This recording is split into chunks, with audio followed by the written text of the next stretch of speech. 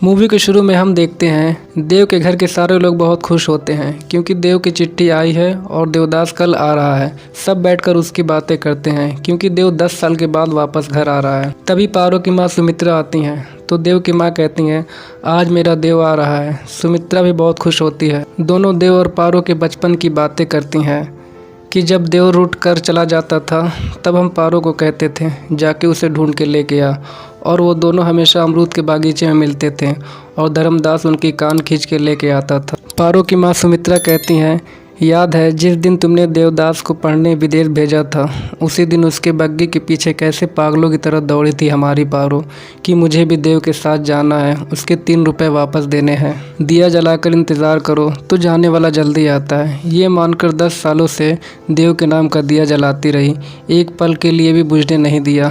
मैं उसे बताऊंगी कि देव आ रहा है, वो बहुत खुश होगी। सुमित्रा आती है और पारो को देव के आने की बात कहती है तो पारो की आंखों में आंसू देख कहती है, ये क्या तू रो रही है, कहीं ये खुशी के आंसू देव के आने से पहले इस दिए को बुझा न दे। तो पारो कहती है, नहीं माँ, दुनिया की कोई भी शक्ति इस दिए को बुझा नहीं सकती। यहाँ एक बहुत प्यारा गाना होता है। इधर धर्मदास बग्गी लेके आता है तो सब देव के स्वागत के लिए आते हैं। तो धर्मदास देव का सामान लाता है और कहता है, देवदास तो रास्ते में ही उतर गया, बोला मैं अपनी पारो से मिलकर आता हूँ। तो देवदास की भाभी कहती हैं, छोटी माँ आप तो कह रही थी कि सबसे पहले देवदास को आप देखेंगी, पर अब तो पहले पारो की नज़र लगेगी उस पर। देवदास पारो के घर आता है तो पारो खुद को छुपाने के लिए भागती है। देव आता है और कहता है, बहुत दिनों बाद मिले हैं, पलट कर नहीं देखोगी मेरा चेहरा। तो पारो कहती है, देव तुम्हारे लिए दिन होंगे, मेरे लिए तो 10 साल 6 महीने 4 दिन। तो देव कहता है, तुम अपना चेहरा क्यों नहीं दिखा रही हो। तो पारो कहती है, आज इतने सालों बाद ये चांद निकला है, डर था कि कहीं तुम्हारे होश न उड़ा दे। देव कहता है, इतना गुरूर तो चांद को भी नहीं। तो पारो कहती है, कैसे करता, उस चांद पर दाग जो है। तो ठीक है, आसमान में चांद खिलने के बाद ही देखेंगे तुम्हारा चेहरा, देखते हैं कौन होश उड़ाता है, उस चांद का नूर या तुम्हारा गुरूर। देव घर आता है तो माँ थोड़ा गुस्सा करती हैं, फिर देव को गले लगाती हैं और कहती हैं, गया था छोटा तूफान और लौटा है बड़ा वकील बनके। तो देव पूछता है, बाबूजी। तो माँ कहती हैं, वो तो सुबह ही कचहरी चले गए, अचानक उन्हें कुछ ज़रूरी काम आ गया। तो देव सोचता है और कहता है, जब मैं गया था तब भी वो यहाँ नहीं थे, आज मैं वापस लौटा हूँ, अब भी वो यहाँ नहीं है। देव की बड़ी माँ आती हैं और देव को गले लगाकर रोती हैं। रात के वक्त देव पारो को देखता है, उसके पास आता है तो पारो का हाथ दिए पे जाने वाला ही होता है कि देव अपना हाथ आगे कर देता है और दिए से काजल लेकर पारो के होठों पर लगाकर चला जाता है। तभी पारो की नींद खुलती है तो वो समझ जाती है देव आया था। नेक्स्ट सीन में पारो देव से मिलने आती है, दोनों बातें करते हैं। पारो कहती है, देव लंदन बहुत बड़ा शहर है ना। तो देव कहता है, लंदन की बात ही कुछ और है, लंदन के लोग अपनी दुनिया में ही मस्त हैं। तो पारो पूछती है, देव तुम्हें कभी गांव की याद नहीं आती थी। तो देव कहता है, कभी कभी मेम्स का खाना खा के दिल उब जाता था तो माँ की रोटियों की याद आती थी, वहाँ कोई डांटता था तो बाबूजी की याद आती थी, शाम को घूमने निकलता था तो धर्मदास के बग्गी की, और रात को नींद नहीं आती थी तो बड़ी माँ के थपकी की, बस। तो पारो कहती है, और मैं देव। तो देव कहता है, तुम्हारी कभी याद नहीं आई पारो, बात तो वो याद रहती है ना जिस बात में कोई बात हो, लेकिन तुम में तो कोई ऐसी बात ही नहीं है ना। तो पारो कहती है, सच कहा देव, बात तो सिर्फ तुम में है, इसलिए तुम्हारी उन 5 चिट्ठियों को मैं दिन में 5-5 बार पढ़ती रही। तो साल में कितनी बार पढ़ ली होगी देव, और 10 सालों में 18,250 बार। और तुम में इतनी बात है कि देव 10 साल पहले तुम्हारे नाम का दिया जलाया था और उसे आज तक बुझने नहीं दिया। कितने घंटों से जल रहा है जानते हो तुम? 87,600। और तुम में इतनी बात है देव कि दिन के हर पल में मैं तुम्हें याद करती थी। दिन में पल कितने होते हैं देव जानते हो? पर देव बता नहीं पाता। तो पारो कहती है, हिसाब के बड़े कच्चे हो देव।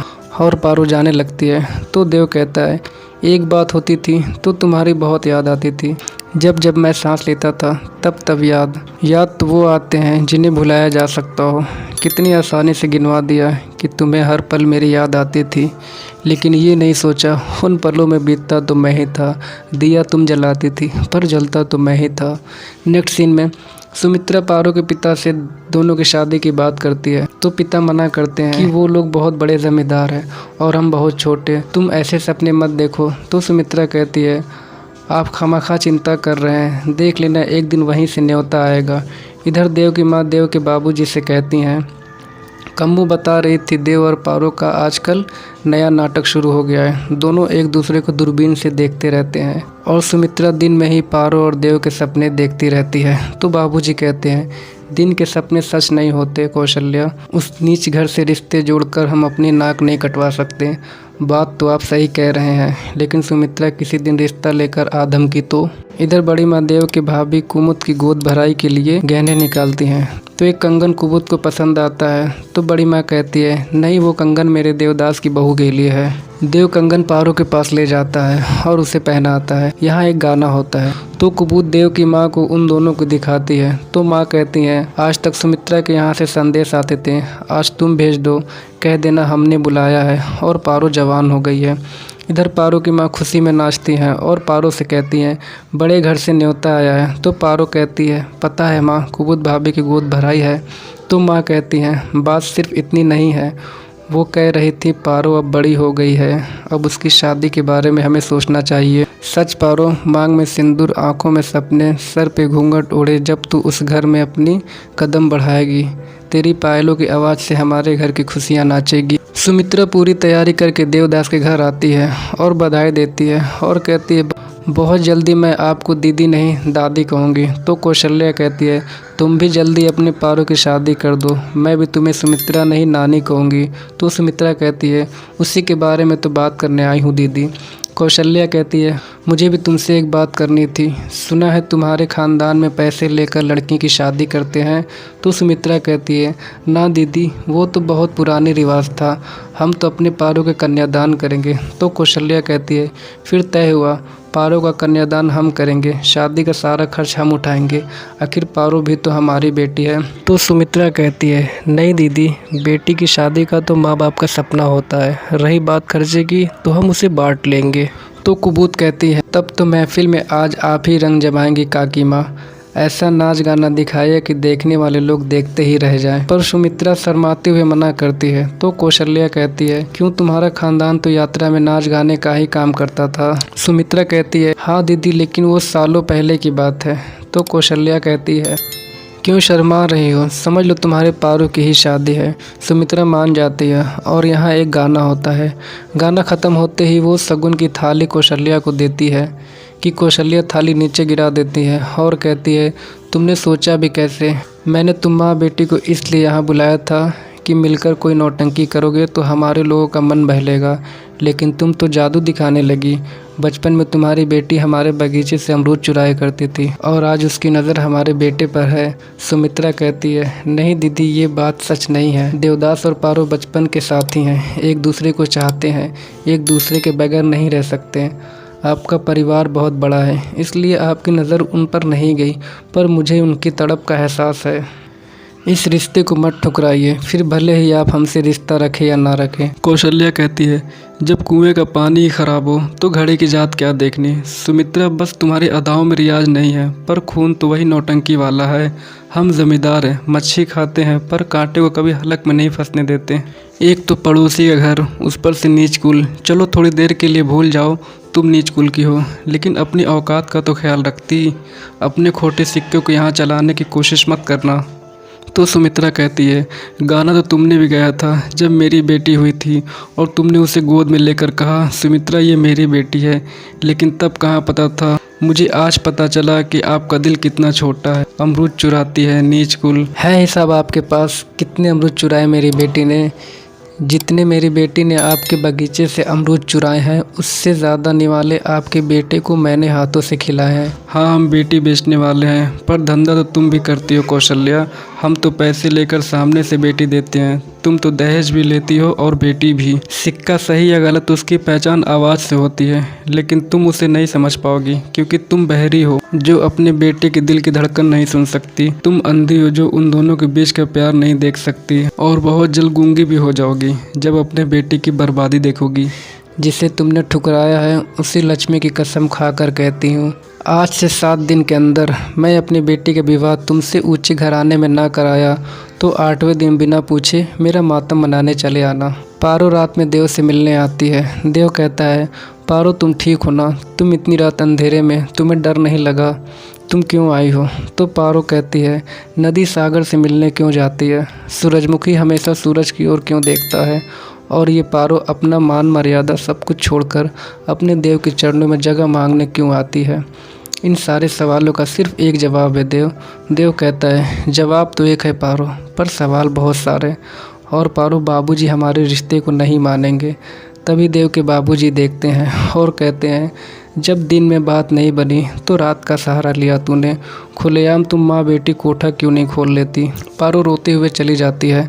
तो देव कहता है, ऐसा मशवरा तो बाजार में खड़े हुए दल्ला भी अपनी बेटी को नहीं देता। बाबूजी देव को थप्पड़ मारते हैं। इधर पारो की माँ कहती हैं, मैंने तुझे दिए के साथ साथ देवदास के लिए जलते हुए देखा है पारो।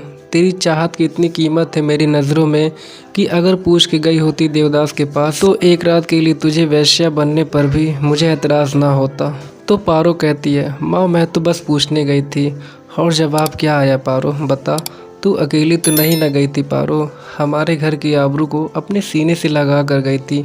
खुद तो वापस आ गई और उसे वहीं छोड़ आई। और इधर देव और पापा दोनों में काफ़ी बहस होती है। बाबूजी देव और पारो का रिश्ता नहीं मानते हैं और पारो उसकी माँ को बहुत भला बुरा कहते हैं। ये सब सुन देव घर छोड़कर जाने लगता है। तो पारो की माँ कहती है, देव जा रहा है पारो, तेरे साथ साथ उसकी भी इम्तिहान की घड़ी है। आज ये भी देख लेते हैं उसे तेरे प्यार की परवाह है या परिवार की। वो तुझे अपने साथ लेकर जाता है या तुझे छोड़कर। और अगर नहीं लेकर जाता तो आज के बाद वही होगा जो तेरे माँ की मर्ज़ी होगी। पारो दौड़ी दौड़ी जाती है पर देव चला जाता है। कुछ दिन बाद पारो को देव की चिट्ठी मिलती है। पारो देव की चिट्ठी पढ़ती है। पारो उस रात जैसे सोचने की शक्ति ही ख़त्म हो गई थी। जैसे तराजू के टोंच पर खड़ा था मैं। तुम्हें खुश देखना चाहता हूँ तो बाबूजी को दुखी करता हूँ, और ये तो तुम भी नहीं चाहोगे पारो।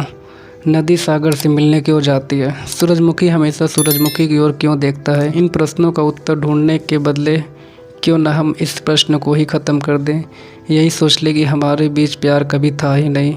हमारे बीच जो कुछ भी था वो एक लड़कपन था। आज से तुम मेरे लिए वही पड़ोसी की लड़की हो। मैं तुम्हारा दोस्त देव। देव अपने दोस्त चुन्नी के पास आता है और सारी बात कर रोता है। और देव कहता है, चुन्नी बाबू आप भी अपने फैमिली से दूर हैं तो आप इतने खुश कैसे रहते हैं?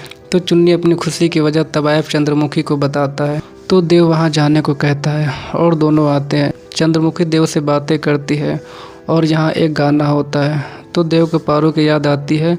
वो अचानक जाने लगता है। तो चुन्नी के पूछने पर कहता है, मुझसे बहुत बड़ी गलती हो गई चुन्नी बाबू।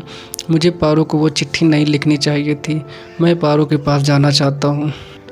चमेली देव को रोकती है। तो देव कहता है, तुम औरत हो चंद्रमुखी, पहचानो अपने आप को। औरत माँ होती है, बहन होती है, पत्नी होती है, दोस्त होती है, और जब वो कुछ नहीं होती तो तबायफ होती है। तुम कुछ और बन सकती हो चंद्रमुखी। हमारे बीच गुजरे वक्त की कीमत ले लो। चंद्रमुखी को देव की बातें दिल छू देती है और चुन्नी बाबू से कहती है, आप एक बार और उन्हें यहाँ ले आ सकते हैं। इधर पारो की आज शादी है तो देव आता है। पारो की माँ कहती है, बारात आने वाली है, मिल लो। देव कहता है, मैं आ गया हूँ पारो, मैं हमेशा हमेशा के लिए तुम्हारे पास आ गया हूँ। तो पारो कहती है, जब बारात चौखट पर आ गई तब? देव कहता है, ना पारो, अभी भी वक्त है, मैं जैसे भी कर अपने माता पिता को मना लूँगा। तो पारो कहती है, तुम्हारे माता पिता हैं तो मेरे नहीं। तुम्हारे परिवार की इज्जत है तो हमारी नहीं। तुम्हारे माता पिता ज़मींदार हैं तो मेरे कुछ भी नहीं। चाहे जितने भी नीच कुल के लोग हम हो बेटी बेचने वाले, पर कभी किसी को धोखा नहीं देते। देव कहता है, मैंने तुम्हें धोखा नहीं दिया। तो पारो कहती है, फिर क्यों छोड़कर गए हमें? और वो चिट्ठी? तो देव कहता है, तुम तो जानती हो तुम्हारा देव कोई भी काम सोच समझकर नहीं करता। वो मेरी बस ना समझी थी। पारो कहती है, ऐसी कैसी ना समझी देव कि जब चाह आकर कंगन पहना गए, जब चाह चिट्ठी में लिख दी हमारे बीच कोई प्यार नहीं, हमारे जाने का वक्त आ गया है। तो देव कहता है, मैं नहीं मानता इस शादी को। क्या फ़र्क पड़ता है जब मैं मानती हूँ? अगर ऐसा है तो मैं सबके सामने जाकर कह दूँगा कि तुम। तभी पारो बोलती है कि रात के 2 बजे तुम्हारे कमरे में तुमसे अकेले मिलने आई थी। बदनामी फैलाना चाहते हो? मैं फैलाऊंगा बदनामी? तुम ऐसा सोच भी कैसे सकती हो? पारो, अगर तुमने ऐसा फिर कहा तो क्या करोगे? मारोगे मुझे? बचपन से आज तक तुम अपना अधिकार समझते आए हो मुझ पर, और जब मैंने अपना अधिकार मांगा तो मुंह फेर लिया। तो देव कहता है बस पारो बस, इतना गुरूर अच्छा नहीं। तो पारो कहती है क्यों ना करूँ गुरूर, तुम्हारे पास है क्या देव, सिर्फ रूप और दौलत? मेरे पास गुण भी है, रूप भी है और आज के बाद दौलत भी। आज से तुम्हारी हमारी बराबरी होगी देव। अगर लोग तुम्हें ज़मींदार कहेंगे तो मैं भी ठकुराइन सुनकर इतराऊंगी। तो देव कहता है इतना गुरूर तो चांद को भी नहीं, कैसे करता वो चांद पर दाग जो है। ये सुन देव एक हार से पारो के माथे पर मारता है, तभी ब्लड आने लगता है। तो देव कहता है उस चांद की तरह तुम्हारे चेहरे पर भी दाग लगा दी, यही हमारे प्यार की निशानी है पारो। देव पारो को खुद मंडप तक ले जाता है। पारो की शादी होती है और सुबह पारो देव के पास आती है, देव से आशीर्वाद लेती है। देव कंगन पहनाता है और दोनों रोते हैं। देव पारो को खुद डोली तक छोड़ता है। पारो देव के नाम का दिया साथ ले जाती है। नेक्स्ट सीन में हम देखते हैं देव आग लगाकर कुछ कागज़ जलाता है। सारे लोग परेशान होते हैं। तभी सुमित्रा पारो की माँ कहती हैं कौशल्या देख बेटा तेरे अहम की चिता जला रहा है। हर नौटंकी के 2 अंक होते हैं कौशल्या। पहले अंक में मैं और मेरी बेटी नाचे थे और अब दूसरे अंक में तू और तेरा बेटा नाचेंगे। Hello friends, sorry for the disturb. Movie काफ़ी बड़ी थी और मैंने इस मूवी को बहुत ही डिटेल्स में एक्सप्लेन किया है, जिससे वीडियो थोड़ी लंबी हो गई, जो एक पार्ट में एडिट करना बहुत मुश्किल हो रहा था। तो प्लीज़ फ्रेंड आप इसका सेकंड पार्ट ज़रूर देखें। आई होप आपको ये वीडियो काफ़ी पसंद आए।